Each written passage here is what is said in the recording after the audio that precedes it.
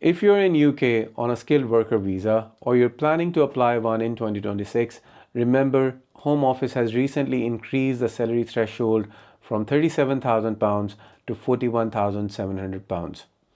Therefore, there's an increase of about £4,000 to £5,000 on this threshold. These rules are effective from April 2026.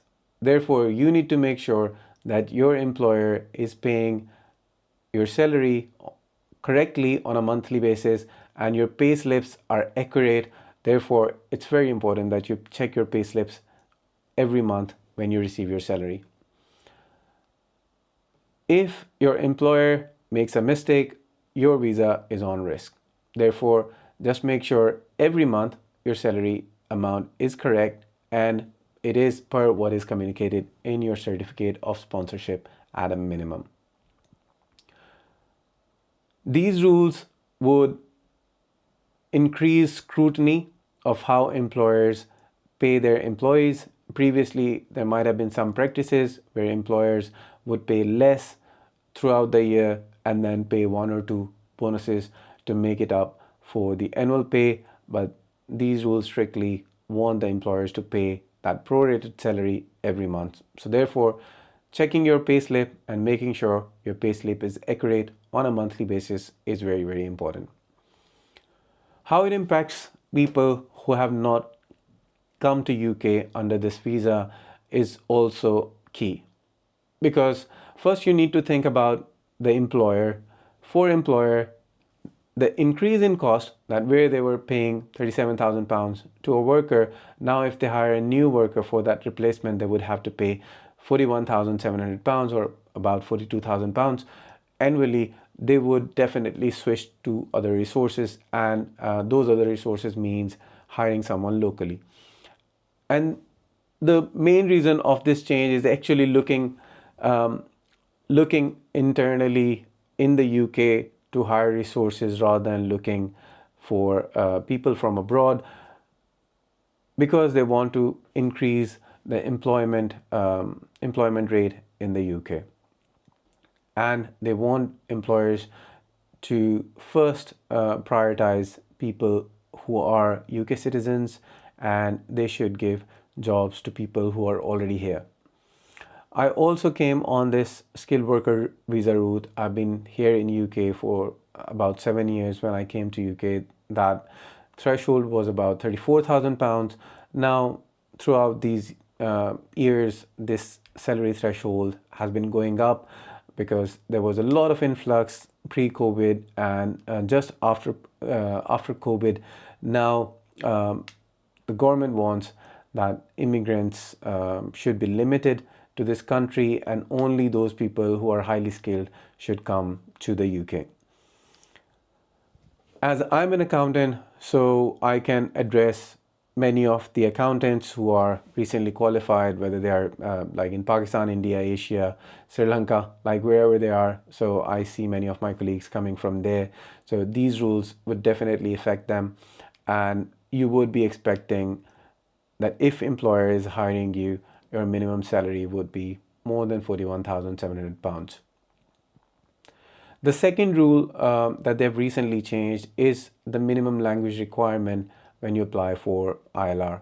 They've increased from, I think, B1 to B2. So B1 was a bit more relaxed, but now they're making it more difficult. So therefore, if you're coming to UK, so just make sure that you're completing your IELTS and getting those like meeting those requirements early. So therefore, it's better to plan. Also, you need to plan better with this minimum pay, £41,700, because in last 7 years things have got very expensive. Like couple of areas where you should look like what it means, £41,700, what you're gonna get in your pocket, because that really is the actual salary you're gonna get, which you will be able to use. You should use Google. Now there's like Gemini or Copilot, whatever you can, just get some questions and answers related to cost of living in UK. But obviously just keep in mind that that would not be 100% accurate, and there would be other expenses on a regular basis that you need to meet. So maybe 10-15% on top of that you should plan for and see how much you're going to save.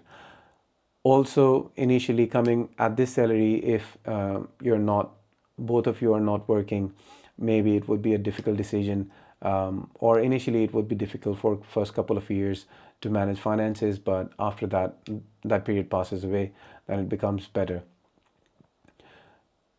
Most of the employers now do not offer paying your IHS cost, which is health surcharge cost, about £1,100 per year per person. So that means if you have 3 years visa, that cost would be about £3,400, £3,500, plus you have your visa cost, which would be about £700. I think if it is non-urgent, it has gotten expensive, but and these are, I think then your visa appointment cost about £100 there, because there is no free visa appointments currently, mostly VFS charges or like TLS charges, quite a lot of money to get those visa appointments on time.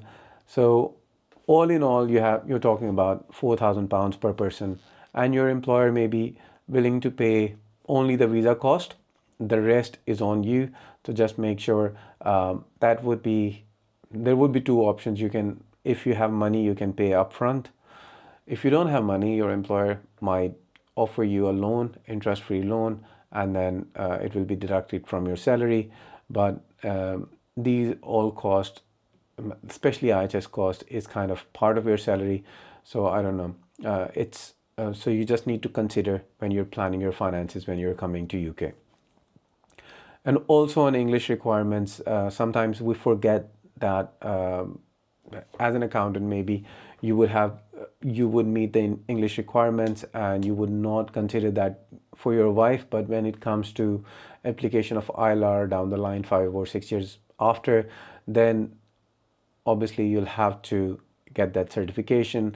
My suggestion would be, before you apply for your IELTS, apply for your wife's IELTS as well, and get that English, meet that English language requirement up front, so you don't have to worry about that later. That those certificates, they're not time bound, and you can use them throughout your life. So I think this is my first video on this channel, and I would appreciate if you can hit like and subscribe.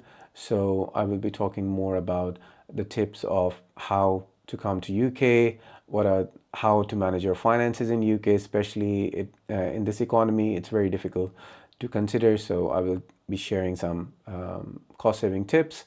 Plus, I will be sharing other visa related issues as I become aware, or sharing my experience and my friends' experience, how their experience was and how they came into UK and how they have built their life in UK. So thank you for watching, and we'll keep on engaging. Please, if you have any comments, if you have any questions, feel free to drop a comment, and I will try to respond it to you with my limited knowledge as much as possible. Thank you, and see you again.